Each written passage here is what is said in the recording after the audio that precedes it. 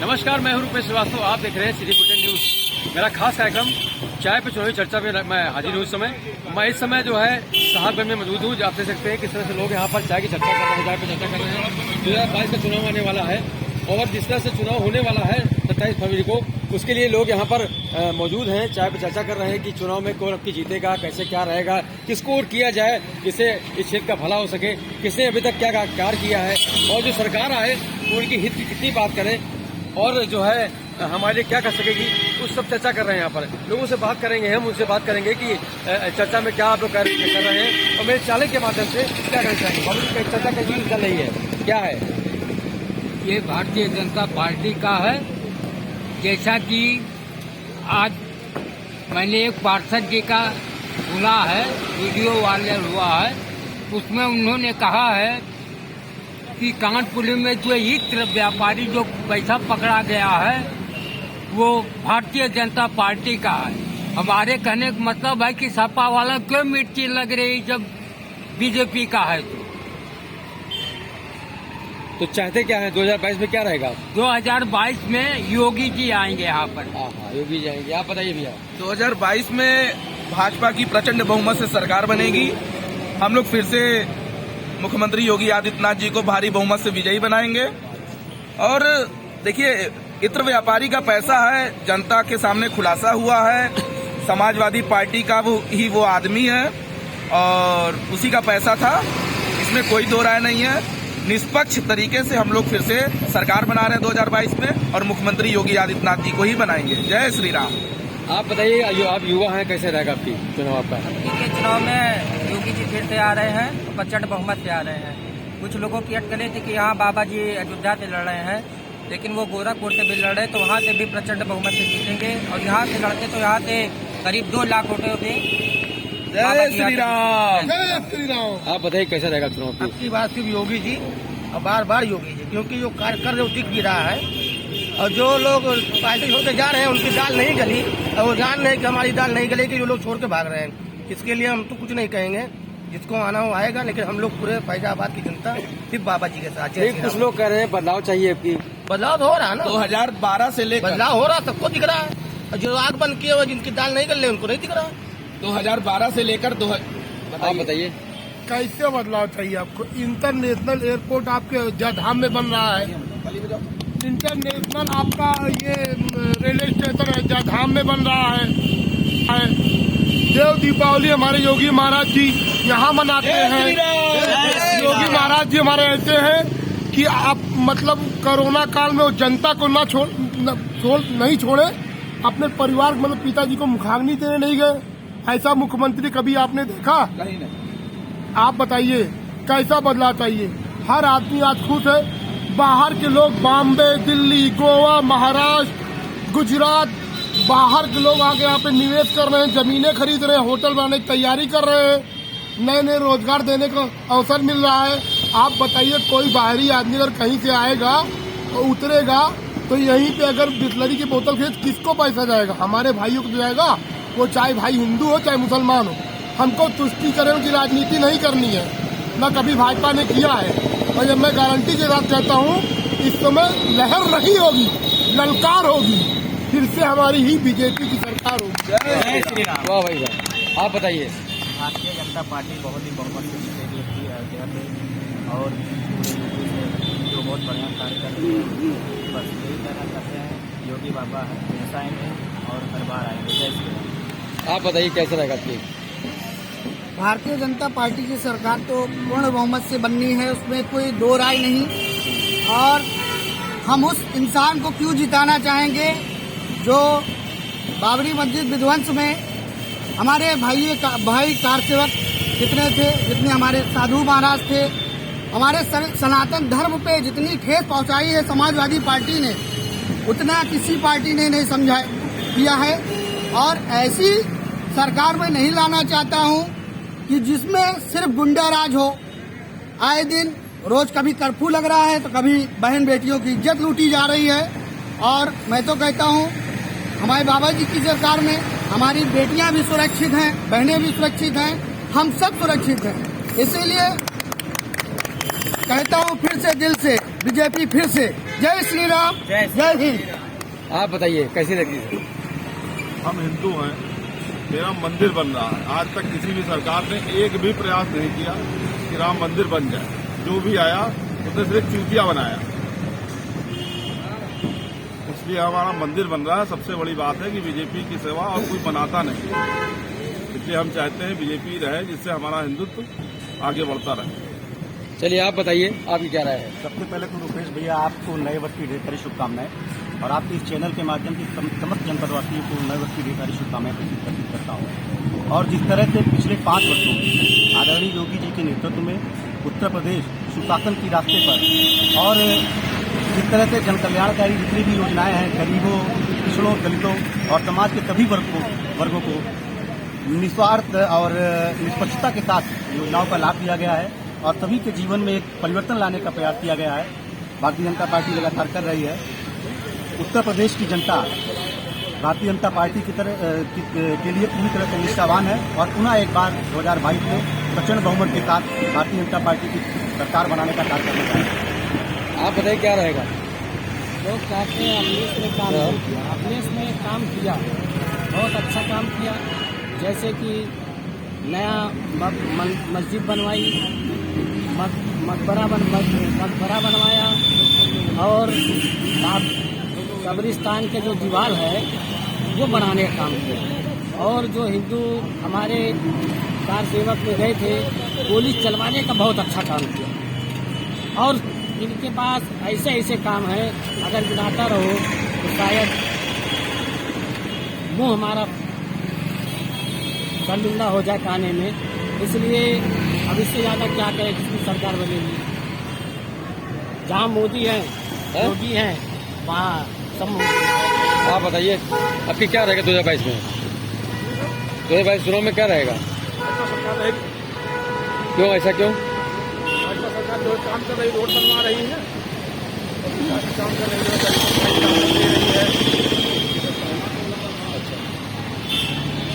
तो आपने देखा जिस तरह से लोगों का खाली एक ही कहना था कि अब की बार योगी सरकार ने अच्छा कार्य किया है, विकास किया है और विकास कार्य करने के बाद इस क्षेत्र का भला किया है। अब आने वाला जिस तरह से आने वाली 27 फरवरी है, क्या इनके इरादे उस दिन नेक होंगे कि नहीं होंगे ये तो हमें समय बताएगा। लेकिन जिस तरह मेरा कार्यक्रम चल रहा है कि मैं रोज आपको दिखा रहा हूँ कि चाय पे चुनावी चर्चा, कि चाय पे किस तरह लोग चर्चा कर रहे हैं कि आने वाली 27 तारीख को किसको देना है, किसको क्या करना है, किस तरह से कैसे चुनावी रणनीति बनेगी, किसको लाया जाए जिससे विकास कार्य बने अपना। लेकिन लोगों ने सिर्फ एक ही रणनीति बना रखी है कि अब की देना है तो सिर्फ बीजेपी को वोट देना है। लेकिन इनके इरादे कितने नेक होंगे कि 27 तारीख के बाद अगर बूथ पे जाते हैं तो अपना वोट क्या बीजेपी को देंगे या किसको देंगे ये तो समय बताएगा। Rupesh Shrivastava, city bulletin, Ayodhya. 27 फरवरी को चुनाव होना है। ऐसे में चुनावी चर्चा तेज हो गई है क्योंकि समय धीरे धीरे बीत रहा है। हालांकि अयोध्या जिले की 5 सीटों पर अभी तक प्रत्याशी तय नहीं हो पाए हैं। खासतौर पे समाजवादी पार्टी, भारतीय जनता पार्टी और बहुजन समाज पार्टी ने अभी तक अपने पत्ते नहीं खोले हैं। चाय की दुकानों पर चर्चा होती है तो सिर्फ सरकार किसकी बनेगी और किसकी नहीं बनेगी, किसने कितना अच्छा काम किया और कौन क्या करेगा। कुल मिलाकर के चुनावी चर्चा जारी है। कल आपको हम ले चलेंगे किसी और चौराहे पर जहां दिखाएंगे चाय पर चुनावी चर्चा।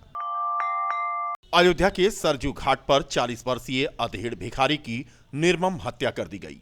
रात में कुछ लोगों ने सरजू के घाट पर ही ईंट और डंडे से उसकी निर्मम पिटाई की। मृतक के सिर और चेहरे पर गंभीर चोट आई थी। सुबह स्थानीय लोगों ने पुलिस को सूचना दी। मौके पर पहुंची पुलिस ने श्री राम चिकित्सालय में उसे भर्ती कराया और इलाज के दौरान उसकी मौत हो गई। पुलिस ने शक के आधार पर एक व्यक्ति को हिरासत में लिया है। नया घाट चौकी से महज चंद कदम की दूरी पर यह वारदात हुई है। घटना स्थल के बगल में ही पीएससी का कैंप है और सीसीटीवी और पुलिस गश्त से लैस अयोध्या के घाट हैं। फिलहाल पुलिस की रात्रि गश्त पर सवाल खड़े हुए हैं। सुबह तक पुलिस को घटना के बारे में जानकारी तक नहीं हो पाई थी। पास में ही नया घाट पुलिस चौकी है। यहां पर चौकी इंचार्ज कई वर्षों से तैनात हैं। एसएसपी ने पिछले दिनों लगभग सभी पुलिस चौकियों के चौकी इंचार्ज बदल दिए थे, लेकिन नया घाट चौकी इंचार्ज को नहीं हटाया जा सका था, जबकि स्थानीय लोग बार बार उनके स्थानांतरण की मांग कर रहे थे। बता दें कि अयोध्या में अपराधी सक्रिय हैं। नशाखोरी के कारण यहां पर आए दिन अपराध होते हैं। पुलिस पूरी तरह से अपराध रोकने में विफल है। मात्र पुलिस शोबाजी करने के लिए शाम को सड़क पर दर्जनों की संख्या में निकलती है और बाद में रात में वो दिखाई नहीं देते हैं। कल रात्र में एक लड़के का और जिसका नाम श्याम है और अभी उसका नाम पता ज्ञात में है, और उसका जो है यहाँ पर विवाद हुआ, झगड़ा कर लिए मारपीट हुई, जिसमें उसको चोटें आई, बाद में उसकी मृत्यु हो गई। और इस सूचना पर आवश्यक विधिक कार्यवाही की जा रही है। जो भी घटना कारित किया है उसको हिरासत में लेकर के पूछताछ की जा रही है और पूरे प्रकरण में पूरी विवेचना करके आवश्यक विधिक कार्यवाही की जा रही है। देखिए, आज सुबह जो है हम लोगों को सूचना मिली, कुछ लोगों द्वारा, घाट के पंडा लोग द्वारा जो है पता चला कि यहाँ पे जो है एक भिखारी को जो है, वो भी विकलांग था, उसकी आँख निकाल लिया गया है और बहुत ही दर्दनाक तरीके से उसकी जो है पिटाई, चाहे ईंट पत्थरों से या जिस चीज़ से की गई थी, और बहुत काफ़ी चोटेल था। फिर एम्बुलेंस आया, पुलिस आई, उनको ले गए। अभी जानकारी मिली है शायद जो है वो उनकी डेथ हो गई है। और इस तरीके से यहाँ पे सीसीटीवी कैमरा लगा हुआ है, बगल में पीएससी का जो है कैंप है, बगल में चौकी है। इसके बाद भी इतनी बड़ी घटना जो है हो जाती है, बहुत ही दुखद है। कड़ाके की ठंड पड़ रही है और ऐसे में कोहरा भी है। कोहरे का कोहराम हो सकता है इस ट्रैक्टर के जरिए, क्योंकि यह ट्रैक्टर बिना रिफ्लेक्टर के ही चल रहा है। पिछले दिनों संभागीय परिवहन विभाग ने अभियान चलाया था और ट्रैक्टर, ट्रॉली और अन्य वाहनों पर रिफ्लेक्टर लगाने की कार्रवाई हुई थी, लेकिन केवल कागजी खानापूर्ति करके छोड़ दिया गया। तस्वीरें आप देख सकते हैं। घने कोहरे में तमाम गाड़ियां जो चलती हैं, जिनमें ट्रैक्टर, वो ट्रैक्टर ट्रॉली जिस पर गन्ना लदा होता है, उस पर रिफ्लेक्टर ना लगे होने की वजह से कोहरे की कारण इसमें कभी भी दुर्घटना हो सकती है, क्योंकि ट्रैक्टर ट्रॉली दिखाई देती नहीं है कोहरे में। फिलहाल आज सुबह कोहरे की चादर पूरे शहर में देखने को मिली, खास तौर पर हाईवे पर। तो कोहरे की वजह से गाड़ियां रेंग रेंग कर चलती नजर आईं। मौसम विभाग की माने तो रविवार तक बारिश हो सकती है और इसके बाद ही मौसम में कुछ परिवर्तन हो सकता है, लेकिन ठंड कड़ाके की हो रही है और कोरोना का कहर भी इन दिनों तेज हो चला है। ऐसे में अगर वाहनों में रिफ्लेक्टर नहीं लगे होंगे तो कोहरे में बड़ी दुर्घटना हो सकती है, और जिसके लिए जिम्मेदार संभागीय परिवहन कार्यालय होगा। राहुल श्रीवास्तव की रिपोर्ट। अयोध्या जिले की पटरंगा पुलिस ने हाईवे पर खड़े वाहनों से चोरी करने वाले अंतर जनपदीय गैंग के 5 सातिर चोरों को गिरफ्तार किया है। पटरंगा पुलिस ने चेकिंग के दौरान रानीमऊ के कुसहरी जंगल के पास से 5 चोरों को गिरफ्तार किया। इनके पास से इनोवा कार में भरी 31 गत्तों में 1488 टेट्रा पैक 8 PM की अंग्रेजी शराब बरामद की है। यह शराब बाराबंकी के रामसनही घाट से चोरी की गई थी। यही नहीं, इनके पास से 4 प्लास्टिक की गैलन में 160 लीटर चोरी का डीजल भी बरामद हुआ। चोरों के पास से अवैध असलाह, कारतूस भी मिला है। यह सभी चोर बाराबंकी, अमेठी और बस्ती के रहने वाले हैं। इनके खिलाफ 1 दर्जन से अधिक आपराधिक मुकदमे दर्ज हैं। एसपी ग्रामीण अतुल सोनकर ने आज बताया कि यह सभी चोर किराए की गाड़ी लेकर रेकी करते थे और उसके बाद हाईवे के किनारे खड़े वाहनों से डीजल और सामान की चोरी करते थे। फिलहाल पटरंगा पुलिस ने यह खुलासा किया। 28 जो हाईवे हमारे यहाँ, वहाँ पर पिछले कुछ समय से चोरी की घटनाएं काफ़ी हो रही थी। जो गाड़ियाँ रात में ढाबे पर लगाकर ड्राइवर कंडक्टर सो जाते थे, उन गाड़ियों से डीजल चोरी की भी शिकायत आ रही थी। और बगल का हमारे बॉर्डर का थाना है रामसनही घाट, जनपद बाराबंकी, जहाँ से शराब चोरी की भी एक बार शिकायत, वहाँ मुकदमा लिखा हुआ है। तो इस तरह से चोरी का एक गैंग काफ़ी समय से सक्रिय था हाईवे पर, जो खड़ी हुई गाड़ियों से चोरियाँ करता था। आज एक टीम लगी थी उनको पकड़ने के लिए, घटनाओं के अनावरण के लिए। आज सफलता प्राप्त हुई है और 5 लोग उस टीम के सदस्य हैं जो अभियुक्तगण गिरफ्तार हुए हैं। गिरफ्तार अभियुक्तगण के कब्जे से जो रामसनई घाट में मुकदमा लिखा है शराब वाला, उसमें से कुल 31 पेटी शराब, 2488 जिसमें टेट्रा पैक की सीलबंद शराब है 8 PM की, वो बरामद हुई है। कुल 267.84 लीटर शराब है वो बरामद की गई। इसके अलावा 180 लीटर कुल डीजल 4 गैलन में जो गाड़ियों से चुराते थे वो भी बरामद किया गया। 2 तमंचे भी इनके पास से बरामद किए गए हैं। एक गाड़ी इनोवा जिससे घटना कारित करते थे वो भी बरामद हुई। सर ये लोग घटना किस तरह करते थे? इनके घटना करने का तरीका ये था कि ड्राइवर कंडक्टर कई बार रात में अगर लेट हो जाते हैं तो हाईवे पे ही ढाबा कोई देख लेते हैं, वहीं पर गाड़ी लगाकर आराम करने लगते हैं। जब वो सो जाते हैं तो ये करते क्या थे, कई बार डीजल निकाल लेते थे और कभी खुला रह गया पीछे से गाड़ी, या तिरपाल काट कर चोरी कर लेना। इस तरह से इनकी मॉडस ऑपरेंडाई थी और आगे पूछताछ की जा रही। आगे विधिक जो भी कार्रवाई है उस। प्रयागराज हाईवे पर खजुराहट बाजार के पास आज फिलिंग स्टेशन का उद्घाटन हुआ, जिसमें स्थानीय लोग मौजूद थे। वैदिक मंत्रोच्चार के बीच पेट्रोल पंप का शुभारंभ किया गया। इस दौरान रत्नावरी कैलाशनाथ फिलिंग स्टेशन, जो करीब 1 वर्ष से सेवा करने को आतुर था, आज वो अपनी सेवाएं देने के लिए तैयार हो गया। फिलिंग स्टेशन के प्रोपराइटर जितेंद्र कुमार उपाध्याय ने कहा कि उनके फिलिंग स्टेशन पर गुणवत्तापूर्वक ईंधन उपलब्ध कराना उनकी प्राथमिकता रहेगी। उद्घाटन अवसर पर कथा व्यास अमरनाथ पांडे, व्यापारी नेता सुशील जायसवाल, वरिष्ठ अधिवक्ता के मिश्रा, ब्रजेश यादव आदि मौजूद थे। मेरा अनुमान है कि इस क्षेत्र की जनता को ज़्यादा से ज़्यादा सुविधा और उच्च क्वालिटी का तेल, उच्च गुणवत्ता का तेल उपलब्ध कराने का प्रयास करता रहूँगा। जिले के सुहावल चौराहे पर PNB के सामने नोमान ऑटो शोरूम का आज उद्घाटन हुआ। Noman electric sales and service showroom का उद्घाटन हाजी फिरोज खान गब्बर द्वारा किया गया।